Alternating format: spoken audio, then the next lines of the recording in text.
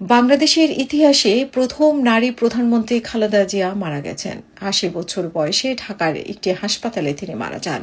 দীর্ঘ ৪ দশকেরও বেশি সময় ধরে বাংলাদেশের রাজনীতিতে অন্যতম প্রধান চরিত্র খালেদা জিয়া গৃহবধূ থেকে রাজনীতিতে নেমে ১০ বছরের মধ্যেই বিএনপিকে ক্ষমতায় নিয়েছিলেন।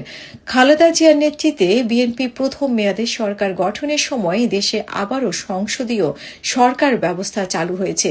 বিএনপির প্রতিষ্ঠাতা এবং রাষ্ট্রপতি জিয়াউর রহমানকে ১৯৮১ সালে যখন হত্যা করা হয়, সেই প্রেক্ষাপটে বিপর্যস্ত বিএনপিকে টিকিয়ে রাখতে খালেদা জিয়া দলের হাল ধরেছিলেন।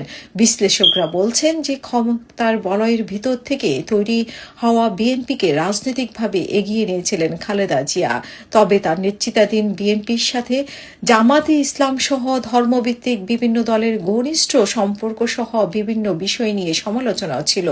পুতুল থেকে খালেদা জিয়া কিভাবে হয়ে উঠলেন? খালেদা জিয়া বিধবা হন ৩৬ বছর বয়সে। তখন তিনি একজন সাধারণ গৃহবধূ ছিলেন। তারেক রহমান এবং আরাফাত রহমান ২ সন্তান নিয়েই ছিল তার সংসার। তার পুরো নাম ছিল খালেদা খানম। তার পরিবারের সদস্য এবং আত্মীয় স্বজনদের কাছে তার ডাকনাম ছিল পুতুল। জিয়াউর রহমান ১৯৬০ সালে যখন পাকিস্তান সেনাবাহিনীতে একজন ক্যাপ্টেন ছিলেন, তখন তাদের বিয়ে হয়।